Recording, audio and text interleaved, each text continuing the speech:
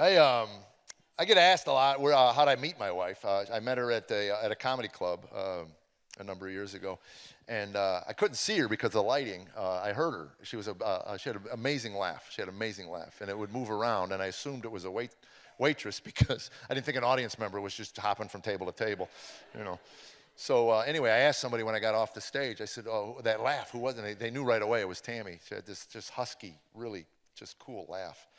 And after 27 years with me, it's gone. I never hear it anymore. But it was, every now and then I'll hear her in the kitchen just laughing, and I'll run in to see what she's laughing at, and it ain't me.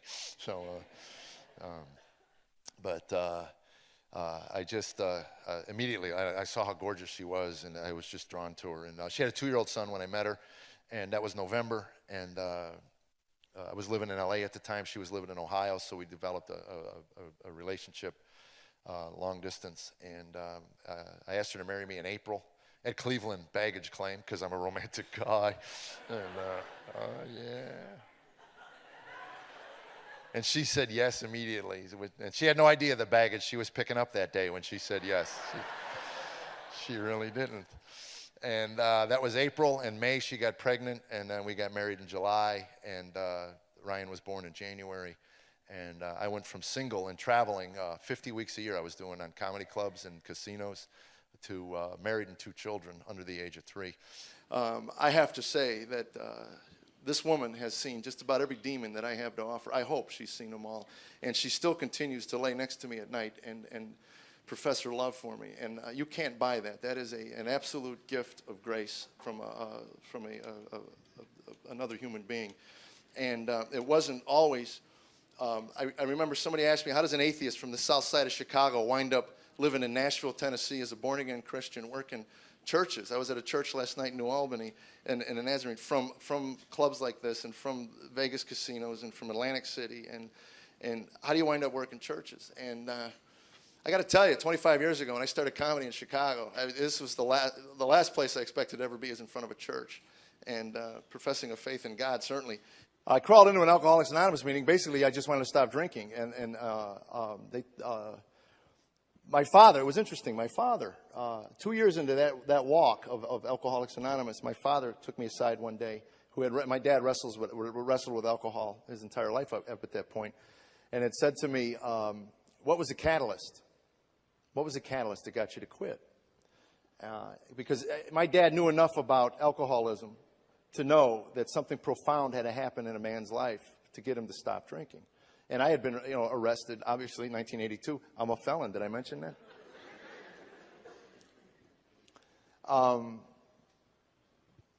For me, it was I beat my 6-month-old son in a crib.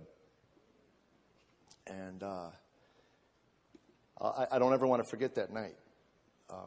It was probably... as far down as I want to sink into the depths of what I consider hell on earth.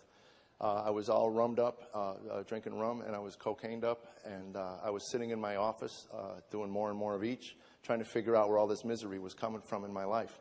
And I was absolutely just downright miserable, hateful. And my conclusion was that all of my trouble started when I got married. All my trouble started when I got married and had children. And if I can get rid of this unit in the other rooms there, then I could be left alone. I could just send them money, and then I can go do what I want to do. And all this guilt and shame and humiliation that seemed to permeate my entire being would leave me. So here's how I came up with the conclusion on how I was going to do this. And I am not exaggerating, folks. I figured if I dragged my wife out of bed and I beat her, she'd have no other choice but to divorce me. Because I didn't have the courage to ask for a divorce. But if she asked for it, then a couple years down the line, if it was a mistake, I could blame her. And it made sense to me. The more rum I drank and the more coke I did, all of a sudden it became very clear. And I walk into my wife's bedroom, and our bedroom, and I'm standing over my wife. Now this crack of consciousness comes to me, this little glimmer of there's something wrong with this. I mean, you can sit in an office and plan these things out, and all of a sudden they make perfect sense to you. And then when it comes to do the act, I'm standing there, and this consciousness comes, and you wonder where that comes from. But then my son started crying. And I had to quiet my son. because it was interrupting the whole plan. And I went in there and I just went, shh, be quiet. And he wouldn't be quiet. And then I ended up just pounding on him. And then Tammy woke up and came in. And to this day, I look back on that and I think of the scripture that says the sins of the father are passed to the sons. That's done. That boy took a beating for his mother. And my wife took him into the bedroom. She sat on the end of the bed and fed him. That boy got beat because he was hungry and wanted a meal. And I'm talking shame and humiliation when I finally realized what I had done. When I walked into the bedroom and saw him being fed. I heard a pastor once a few years back say this: every man needs to get downwind from himself. Well, that night, God gave me a good dose of the kind of man I was. And I saw myself, a glimpse of what kind of husband I was and what kind of father I was and what kind of I really stunk. And I remember breaking down and telling my wife, if you don't take me to Alcoholics Anonymous, I won't go. And if I don't go, I don't see us making this. I didn't tell her what I was about to do 10 minutes earlier. We're not even married a year. And she's got her husband telling her. She already had one child with another guy, and now she has another child with a guy. I can't imagine the fear that washed over my wife that night. But then when you're a selfish, self-centered, narcissistic pig, you don't think of those things. So she took me to Alcoholics Anonymous the next day, and they told me to pray. I said, to what? My father told me when I was 14 years old there was no God. My dad took the time to sit me down and give me his view on the universe at the age of 14. And at that time, I was an avid baseball player. I won't go into details on that, but I just lived and breathed baseball. By the time I was 19 years old, I haven't touched a baseball probably since I was 20. I threw it back in God's face. I became an atheist on that day. I wouldn't say I was an educated atheist. I couldn't defend the position. I probably couldn't defend it today. I've listened to every argument you could have on either side of it, and there's arguments for all of it, I guess. I don't know. All I know is that I didn't believe in God, and I lived my life for me, and everything about it was about me. And now I'm 31 years old. I got a wife and 2 kids. I could tell people all the time, young men, I said, you can be single, and you can live a sinful life, a really deep sinful life as a single man, but nothing will draw out the bankruptcy of your life quicker than getting married and being with another human being. And then those small children who love you unconditionally will really draw you out and on who you are and how deep it goes inside you. And I sat there and in those meetings, and they told me, you lie, you die. It's a program of honesty. I couldn't believe in God, but I could sit there and I would tell the truth. I'd raise my hand and I'd go, I don't like you, I don't like you, I don't like you. I was trying to get fired from a 12-step program, actually. I was kind of hoping somebody would come over and go, you know what, you've been here a while, nobody likes you, you know. I was angry, bitter, jaded, and cynical. I really was.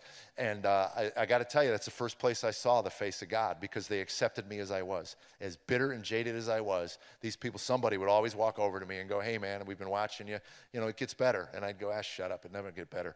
And I really was. I was a cynic at the core of me. And I've never met a cynic that thinks he's a cynic. I never have. You go to somebody and go, why are you so cynical? Hey, I'm just keeping it real. Just keeping it real, man. Life sucks. Wow. That's inspiring.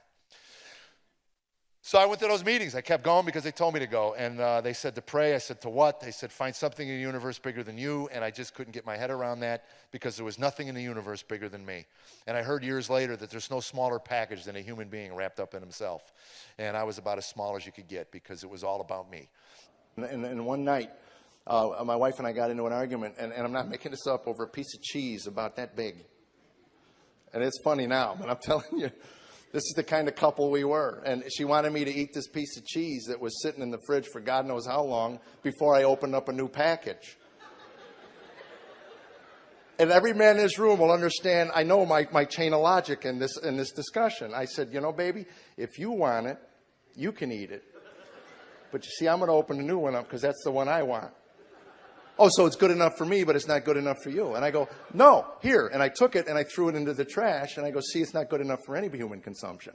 So now we can go eat. And she took it out of the trash and she said, I don't understand what you have. And it escalated to the point, and I am not exaggerating, I was standing on a kitchen chair looking down on my wife, spitting out of my mouth, just berating her about how stupid she is. And I put my son to bed that night, and he says, Daddy, you win. I go, what do you mean? He goes, you win. You yell, Mommy cries, you win. Is there anybody in this room that thinks this is the way I wanted to live my life? And when things calmed down, I walked into the bedroom to apologize for the 987th time, and she said, yeah, I know you're sorry. And I said, no, I came to tell you we need help. And you can come or you don't, but I'm going to a therapist. There's something wrong with this. Something happens to me, and I don't know what. But I'm going to find out. We can't live this way. So I go to a therapist, and she says, why are you here? And I said, because I feel like I'm going to hurt somebody in my family really bad. And she said, I believe you. I go, you should. And we started with that, and she gave me Road Less Traveled, a book. And I started reading. When you have a compulsive, addictive personality, and I discovered reading. And I'm telling you, I never read a book in my life until I was 31 years old and got sober. It's amazing how much free time you have when you're not nursing hangovers, and you can only bowl so many frames. And all of a sudden, I'm waking up in the morning, and I want to know the meaning of life. My father never sat me down and said to me, boy, there's going to come a time in your life where you're going to want to know what this is all about. All I wanted to do was have a few beers and go out and party and live my life and be left alone. That was basically it. And all of a sudden, I'm waking up every day of my life, and I want to know what the point is. And there was no answer for me. I started reading, and I started with Road Less Traveled. And I remember the opening line of that book, life is difficult. When it can be accepted as such, it no longer becomes difficult. It just becomes is. It's a series of problems that need to be solved. So that's what I realized, that my life was a series of problems that needed to be solved. So I started reading books on how to solve the problems. It started with self-help, and I started with John Bradshaw's stuff on family dynamics. I figured my dad was an alcoholic, my brother was an alcoholic, and I'm an alcoholic, so I got to see maybe there's something connection there. So I started reading about, and I found in John Bradshaw's stuff, it was interesting that in a dysfunctional family, and ours functioned, they all function. There's better ways to function.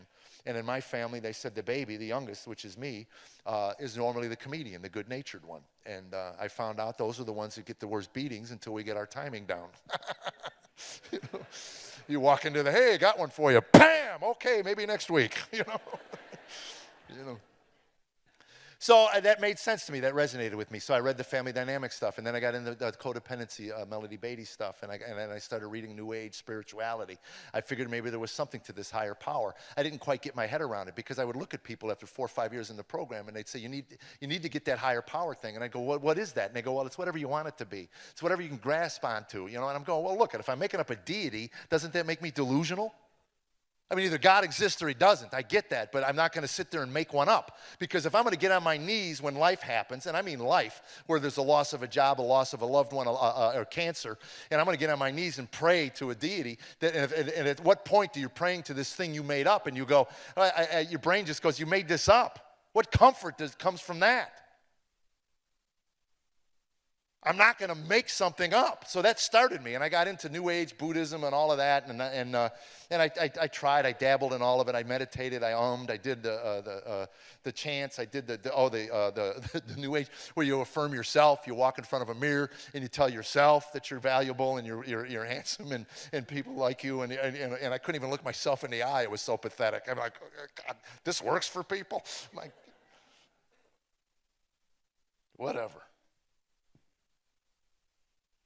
I just wanted an answer to a bunch of questions, and I kept getting questions, and it didn't matter what I bought or what I read or what I saw or what I heard.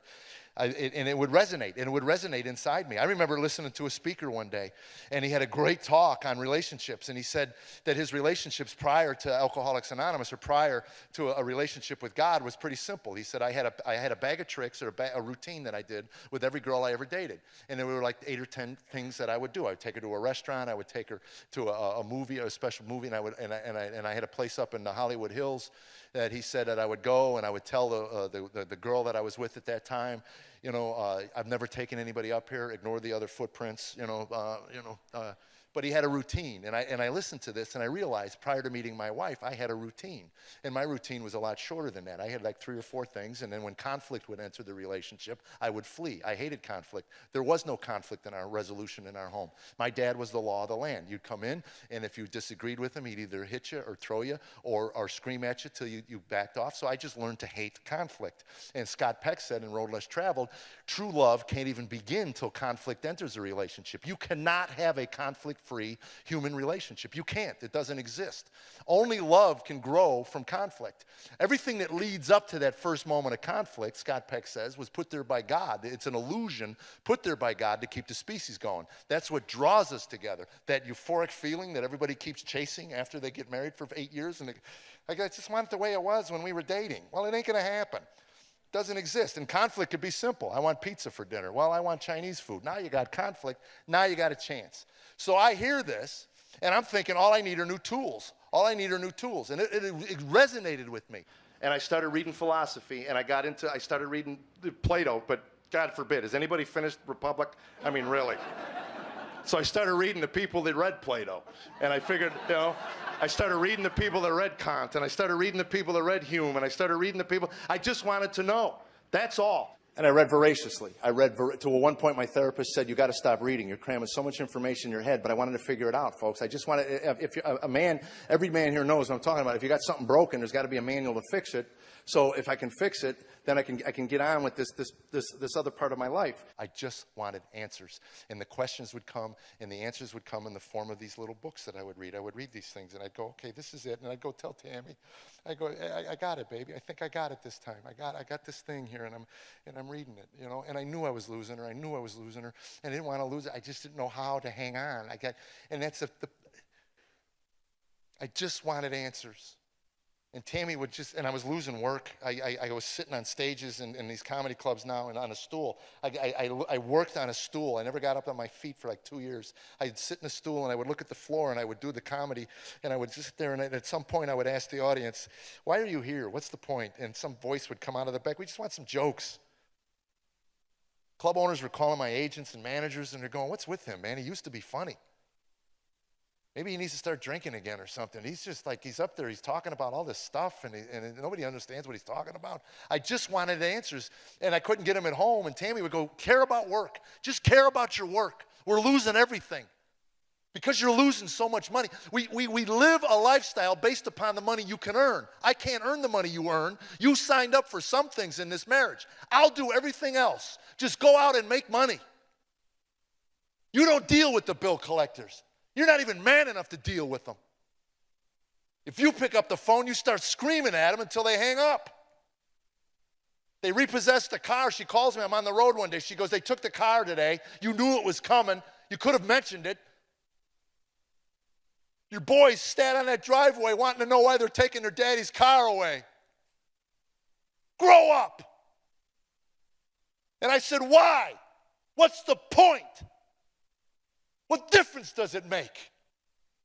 I've gone on stage, I've got standing ovations. The next night, same club, same group, same material. They boo me, they throw beer bottles at me.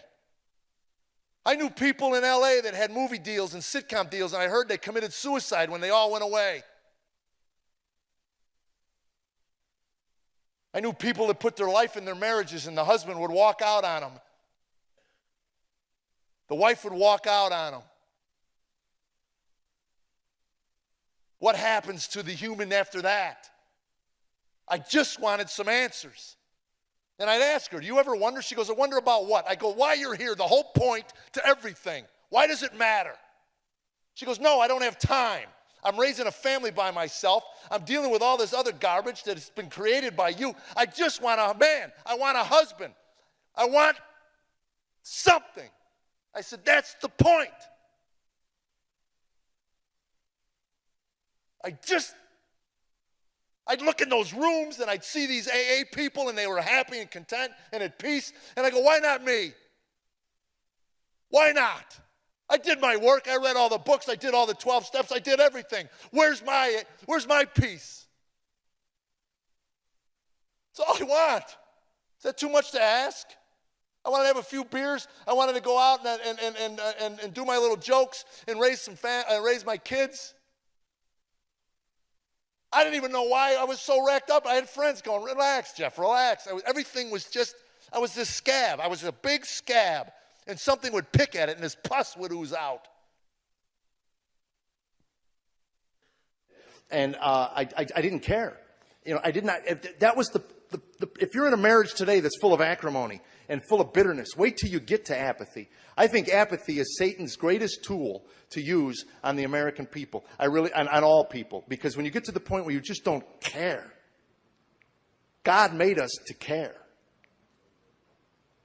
And I didn't care. I didn't care, whatever you want, babe. That was my response to everything. I didn't want to fight. I didn't want to do nothing anymore. I just shut down. And she would just try to shake me to life. She would just go, why can't you at least care about your job?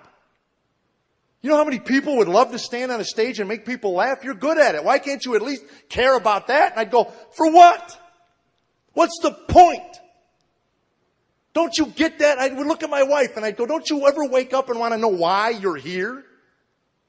What the whole point of this is?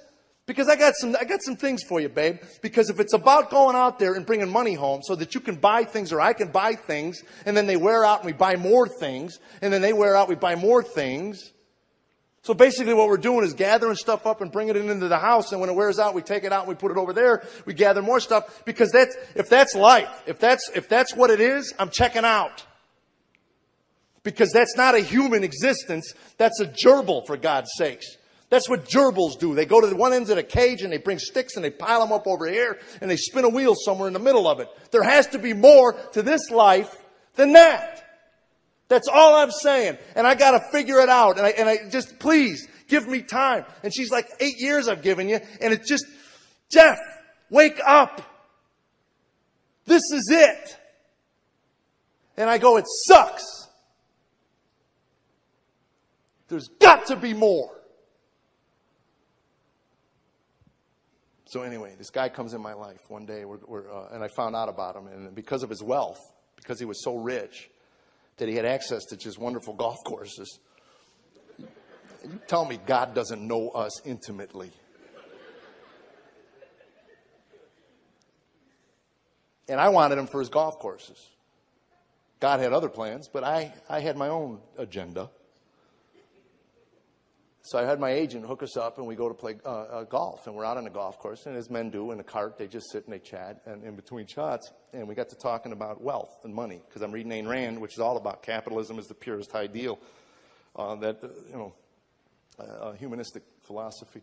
And I said, so how do we accumulate wealth? And he said, you have to know the one that creates wealth in order to understand it. And enjoy it. And I've started to think about that, and I go, okay, I understand. But how do you create that? And he started talking about some stuff, and I went, that's really good. So where are you reading that at? And he goes, it's in the Bible. And I went, Bible? All right. A few holes go by, and we're talking again. He says something else, and I go, where'd you read that? And he goes, it's in the Bible. And I said, stop it with the Bible, Phil, please. And he says, what's your problem? And I said, who reads the Bible? He said, I read the Bible. And I said, come on, Phil, it's so archaic. I mean, really, God's word? I mean, do you believe in God? He goes, I wholeheartedly. And I said, we got time. I'd love you to explain that to me. I mean, if nobody else seems to be able to. I just wanted, but I don't get it. And I said, he goes, what do you believe? And I said, I'm an atheist. I mean, honestly, I'm an atheist. I don't. And he said, well, then what's in the Bible that you don't think is true? And I said, I don't know. I never read it. And he said, well, then you're not an atheist. You're a moron.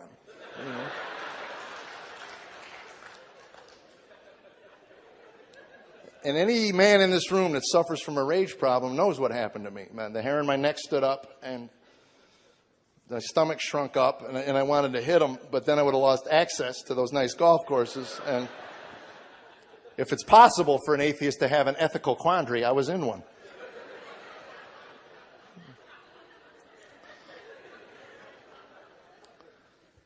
So I said, how so? And he said, I'll give you the short answer. And again, I'm paraphrasing, but it basically was this. If in order to discount an infinite God in an infinite universe, you yourself have to have infinite knowledge of the entire universe. So what you're denying exists is an omniscient being. In order to deny that, you yourself have to be omniscient. It's a self-defeating argument. And when he said it to me, I went, what? He said, Jeff, you're just not smart enough to be an atheist. so why don't you shoot for agnosticism? And I said, what is that? He said, you know this, you don't know. Why don't you acknowledge that there's something in this universe, as vast as it is, that you don't know, that may be beyond your human capacity to understand? And I said, you don't know either. And he goes, well, see, that's where I disagree with you. And I said, he says, that's where my faith comes in. And he said, I'd love to sign you up for Bible study tapes. And he signs me up for these tapes. And I said, will it cost me any money? He goes, nope. And I said, well, then knock yourself out. And he says, can I send you a Bible? And I said, as long as it doesn't cost me anything, you can send me whatever you want. And sends me a Bible. The Bible came in the mail a few days later, whatever, and I put it in the junk drawer, and the tapes started coming. I put them up on the fridge. And again, folks, I'm going to figure this out on my own. And in the meantime, my marriage imploded. We filed a bankruptcy. That imploded, and my career was gone. Absolutely gone. We quit fighting.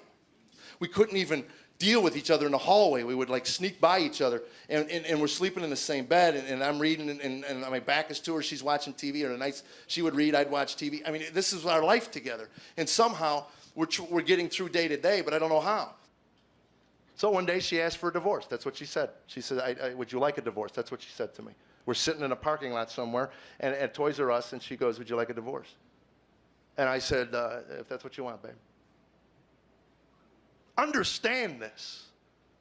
Our culture tells us that marriage is irrelevant. Our culture tells us, don't worry about it. The kids will get over it. Divorce is nothing. It's just simple. Piece of paper, cut the paper. Divorce is the most life-altering decision a man and woman will ever make. It will change your children's lives forever. Good, bad, or indifferent, you can argue about it 30 years later. But at that moment, it will change their lives forever. And my wife and I are sitting in a parking lot, two dead, soulless human beings, and she says very calmly and very quietly, would you like a divorce? And I answer her like, take out the trash. I said, if that's what you want, babe. Backed the car out, we drove home, and that's why we decided to get a divorce. Not screaming jags, we were done fighting. We were two strangers living under the same roof for months. Couldn't even make eye contact, the pain was so bad. So I went home, and it says in the Bible, what Satan intends for evil, God will use for good. My biggest character flaw is procrastination. And Tammy had put it on me to fill out the divorce papers. And it wasn't like, we had anything to salvage. I figured, I'll fill them out. But I got thank you cards from 1988 I haven't mailed, so. So I just went home, and I said, yeah, okay, we'll get around to it. And I had moved into the guest room, And this is how we were living. I'd go on the road, do my comedy, and I'd come in and moved into the guest room. And we're raising these kids, and we're existing. We made a decision. I didn't have any money to move anywhere else. So I said, I'll stay in the guest room. I'll stay on the road as much as I can. Called my agents up. I said, keep me on the road. And they did, pretty much. And that's how Tammy and I lived for 8 or 9 months, or whatever it was. And then one day, as God would have it, moved a woman into her life. She was a battered woman. She shows up at a dog show. My wife shows dogs with a black eye. And she's got the sunglasses on, and my wife says to her, because she's compassionate, she goes, what happened? And she makes up some story, and she goes, that's a lie. You are not going back home to that man. You're coming home with me. And then she gets home, and I said, oh, where'd she come from? And then Tammy says, well, I said, where's she going to stay? And Tammy says, in the guest room.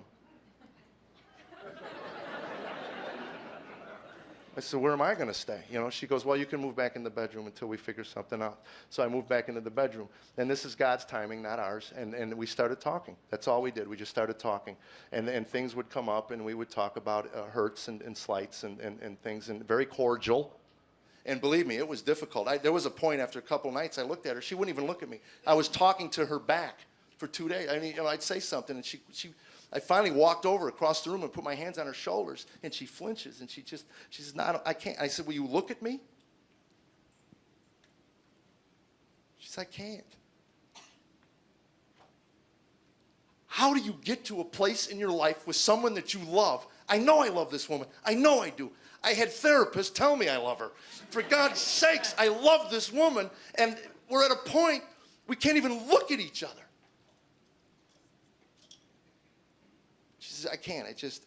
Jeff, I just fill out those papers. I just want to get this, I want to get it over with. And that was what I just, okay. I went out in the kitchen and, filling them out. And there was nothing to give away. We lost it all in a bankruptcy. I mean, we lost it all, everything. And we're on our way to divorce court to file the papers. A few days later, whatever, we're filing the papers. We're 10 minutes from filing the papers in Maricopa County to end this part of our lives. And that little voice, that little quiet voice that God puts in us. And sometimes you got to shut the TVs off and the stereos off and all these other things off to hear it. But it said something to my wife. I don't know what it said. All I know is she said, pull the car over. And I said, for what? She says, I got to rethink this. This is a 2-year process, man. 2 years of letting go of this woman. And I'm telling you, it was. I wouldn't wish this on anybody. 10 minutes from divorce court, she says, pull over. I can't. I want to rethink it. And I said, babe, if you're in this, you're in for the long haul. I can't be playing this anymore. I can't. Let's just cut it and go. She says, no, Jeff, I don't know why. I don't know why. We know why now, but we didn't know then why. But anyway, we go home. 8 months goes by. It's not getting much better. It's getting a little better. It's not much. She comes to me and she says, I'm going to Ohio with the kids. And I said, we can't afford to go to Ohio. She says, you're not invited. And I said, well, how are you going to get there? She said, my father's going to pay for the trip. We're taking the boys, and we're going for the summer. And she says, well, I'm gone. You're going to get your life together. I'm coming up on my 40th birthday, and I'm telling you, I have no clue. I have no idea. I went to Domino's Pizza to get a job to deliver pizzas, and they wouldn't hire me. You want to talk about humbling? You're a 40-year-old man with a mortgage and kids and wife, and you figure I'm lowering myself to get this job. And the kid looks at my application and says, comedian. That's it? That's the only job you've had? And I said, yeah. He said, what do you want me to do with this? And I said, we're not splitting atoms. We're delivering pizzas, for God's sakes. Apparently my interviewing skills had suffered over the years, too. But it was like, my God, don't make me beg for a job delivering pizzas. And before she leaves, she gathers up these Bible tapes in a 1.5 years worth now, folks, a 1.5 years pile of them in manila envelopes, none of them open, and she drops them at my feet. And she said, you either listen to these things or I'm pitching them in the trash. And that little voice, we all have a little voice inside of us, said just leave them. I hadn't opened them up or even really given them much thought for a 1.5 years. They'd come in the mail, I'd throw them on the fridge or under the sink, wherever they fit, that's where I would throw them. See, God has a plan. God has a plan. And from hindsight, I can see the plan. I can't see it when I'm going in it. 1.5 years worth of Bible tapes. I needed a 1.5 years worth because if I would open one up and if I had enjoyed it or got into it, there wasn't another one there and I would have lost interest. She leaves, and I believe this with all of my heart, that when she walked out that door, I wasn't going to be married at the end of the summer, and I couldn't think of one thing to say to her, not one thing, to justify her staying with me. I knew she'd get around her family, and they would talk to her, chirp in her ear, tell her to drop the loser. You've given him 10 years. Let him go. And as she's walking out that door, I can't think of one thing to say, come on, give me another chance. Let me go. I've had 1,000 chances. And one day I'm walking by those tapes, and that voice says, open one up, and I start to walk over and open one up, and another voice says, there's nothing in there for you, and I start to walk away, and another voice says, open it up, and I have to walk back, and another voice says, there's nothing in there. And I'm telling you, it was a struggle to get one of those tapes open, and you ask yourself, where does that come from, this struggle? I've opened tapes up my entire life for music. It didn't matter. If it's music, I just open them up, put them in a thing, but there's a struggle. Where does that come from? And I read it in the Bible about demonic realms and angelic realms, and there's stuff going on around here that we don't know about. And I went back to this moment in my life as a struggle to get to God's Word, because at one point my brain just screamed at me, it's just biblical trash. It's just biblical trash. Nothing for you. And I don't know why, but I just ripped one open and I threw them on the floor. It was almost like they were hot. I just threw them on the floor. 2 of them in there. Pick one up, Ecclesiastes. And I couldn't even pronounce it. It was Ecclesiastes or whatever. I said, I don't know what this is.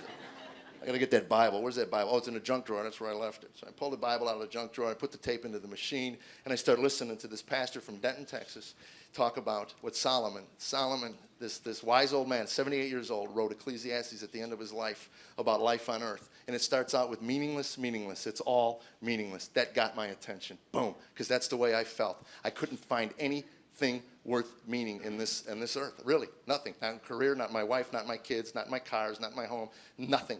And he starts talking about it. And basically, Solomon's conclusions were that life without God will have no meaning. And I didn't understand that. And as he began to explain about the creation, in order to enjoy the creation, you have to know the one that created it. And if happiness were an act of will, we'd all be happy. Because that's basically what we want out of life. Everybody wants to be happy. You ask them. So if it was an act of human will, why aren't we happy? We're the most medicated species on the planet. We really are. And what it is, what I found out, what he said was something has to come outside of us, inside of us, change our hearts, and then work its way out through the act of service to others. And I was blown away. For the first time in my life, I heard something that made sense. And I believe it was because that day God chose to turn it on inside me. That was the light switch. Bam, it went on. And I was like, wow. And years later, Christians said to me, the first time I shared this at a church, somebody grabbed me, God used Ecclesiastes? God used the book of Ecclesiastes to lead you to Jesus. I go, I don't understand you. He goes, well, it's a fairly cynical book. I go, well, you didn't know me like God knew me. Trust me. I found Ecclesiastes the most exhilarating thing I'd ever heard. Meaningless, meaningless. It's all meaningless. Everything is meaningless. There's no purpose. Everything. I was like, and then what I got out of that first tape was this. Life without God will have no meaning. Without meaning to your life, there's no purpose to your life. Without purpose to your life, you might as well off yourself. And I'm thinking, wow, that's in the Bible? So I ripped open every envelope looking for more Ecclesiastes tapes. There's got to be another one in here. And I put that in there, and this is it. This was another one of Solomon's conclusions. Again, paraphrasing what was in the book by this pastor. But it was, if happiness was an act of human will, we'd all be happy. You ask anybody in this room what you want out of life. I just want to be happy. Well, what is that? How do you define that? If it's the next iPod, the next man, the next woman, the next job, the next car, the next ad infinitum, you're in for a long haul while you're down here on earth. Solomon's conclusions were nothing of this earth will ever give you lasting joy and happiness outside of God. So I'm sitting there listening to this, and I knew this because I did this. I went to the mirror, and I went to affirm yourself. Oh, what a load of garbage that turned out to be. All I wanted to know is I'm listening to this, and something is happening inside of me. And at one point, I wanted to run on the lawn and hold the Bible up. Has anybody read this thing? What a book! I was doing studies in my car, staring with my leg, making notes in my Bible. I almost met Jesus before I met Jesus. I mean, people, I'm running them off the road. They're waving at me one finger at a time. I'm like, I love you too, Wow. I have no idea why there was this moment in my life where God said, this guy has had enough. This is it. This is what I was looking for. I wanted purpose. I wanted some reason to get up in the morning and put one foot in front of the other. And then I said, without God, I have no. Well, how do I get God? So I opened another tape, put another tape, because I'm a compulsive, addictive personality. I'm not kidding you, man. And I'm making notes in my Bible, and I'm going like, man, this is the greatest stuff I've ever heard. At one point, I wanted to run on my lawn and hold the Bible up. Have you read this thing? Wow, what a book! Man, this is amazing. Wow. And when he talked about his Jesus, not the one that I thought made people pious and holier than thou and self-righteous. No, he talked about a lamb who went to slaughter. He talked about a lamb who got slaughtered, an innocent. And when I heard the story of Jesus, I really heard the story of Jesus. And when God convicts your heart of your sin, and you know what kind of man you are, and you get downwind from the kind of father you are and the kind of husband you are, and you hear about the love of and the grace of Jesus, and nailed to that cross. And they put him up there. And they put the crown of thorns on him and they spit at him. And I'd been in clubs, folks, where they threw beer bottles at me. I've been in clubs where people humiliated me. And I didn't want to forgive them. I wanted to rip their hearts out. I wanted to rip their throats out. I know how I'd react. And when he says, forgive them, for they know not what they do. I came to save the world, not condemn the world. And there's no list of sins that are unforgivable. There's no caveat. He didn't sit on that cross and say, everybody but Jeff. Not everybody but Jeff. Everybody. No matter what you've done. When he talked to the prostitute at the well, the religious people I thought I knew wouldn't have anything to do with the prostitute. This Jesus not only sat there and talked to her and told her about her life, but he said, I offer you a living water. Once you drink, you'll never thirst again. It's a spiritual water. For the first time, I realized that I wanted an explanation for all these years. I wanted somebody to explain to me God so that I got it, so that I understood it, and it made a difference in my life. But the truth was I needed a revelation from God. Without the revelation, the explanation means nothing. And all of a sudden, everything was starting to change. The way I talked to people, the way I looked at people. I'm talking to my wife on the phone, and I'm going, babe, there's something going on. But she had heard this 1,000 times. It was just another one in a long list of things. And I remember when she came back that summer, and she says, "How was your summer?" I said, "I'm a born-again Christian." She goes, "What does that mean?" I go, "I don't know. I heard the term, you know." But I wasn't there yet. I listened to, I don't know, a year and a half's worth of tapes in a couple of months. And I'm down in Texas with my buddy, the guy that gave me the tapes. And we had gone to church. I wanted to meet Tommy Nelson, the pastor, and tell him how amazing I thought he was. And when we got back to Phil's house, he looked at me and he said, "When I met you, God put it on my heart, you were looking for something. Have you found it?" And all I could think to say to him at that time was, if Jesus Christ is not who he claimed to be, then Solomon was right, suicide. I have nowhere else to go. I've exhausted everything. And he said, "Can you admit you're a sinner?" I go, let's not go overboard.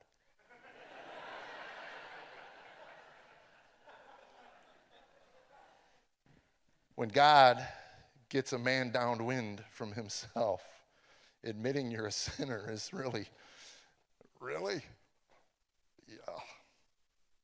Yeah, I fall a little short. At that point in my life, folks, it was easy. Paul says the law came. The law was there to convict us of our sin. And when I look at those 10 commandments, I violated every one of them. When I stood on that chair and I looked down at my wife and I called her stupid, I committed murder. When I lust and I look at things that I shouldn't look at, Jesus took it out of the realm of an act. He put it into the human heart.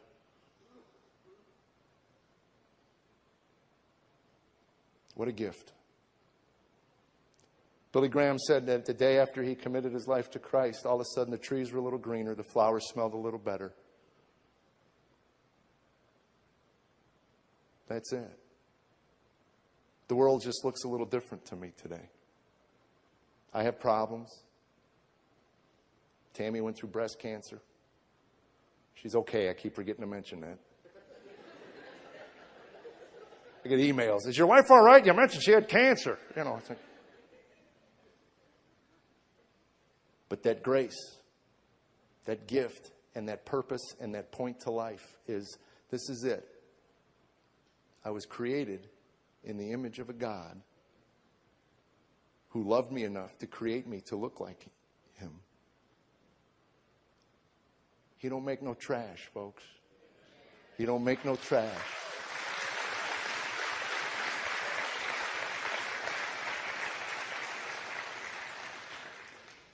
And I live to honor him. And I fall short some days. But I know I can get on my knees and talk to him. No other religion would have me. Christ is the only one that accepted me as I was. What a gift. I gave my life to Christ, all of it. I said, if comedy is what you want me to do, you take it, you do something with it. I'm done. You want me to be married to this woman? I submit to you everything. My best efforts got us 10 minutes from divorce court. You want me to be a father to these boys, then you're going to have to show me how to be a father to these boys and love them. Because I don't know how.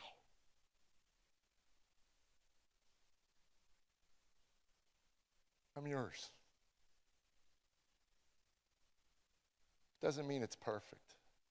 Doesn't mean I didn't give my life to Christ so that I'd have a bigger house or better car. I gave my life to Christ because I believed it to be true. I owed the IRS $50,000 when we gave our life to Christ. I never thought I could pay that off. It took me 7 years, but that's not why I believe what I believe. I could have got that from a Tony Robbins seminar. If Jesus Christ is not who he claimed to be, then I'm a dead man. I cling to the cross and the resurrection. I cling to the truth of that. And I don't care what you believe, the last inch is always a leap of faith.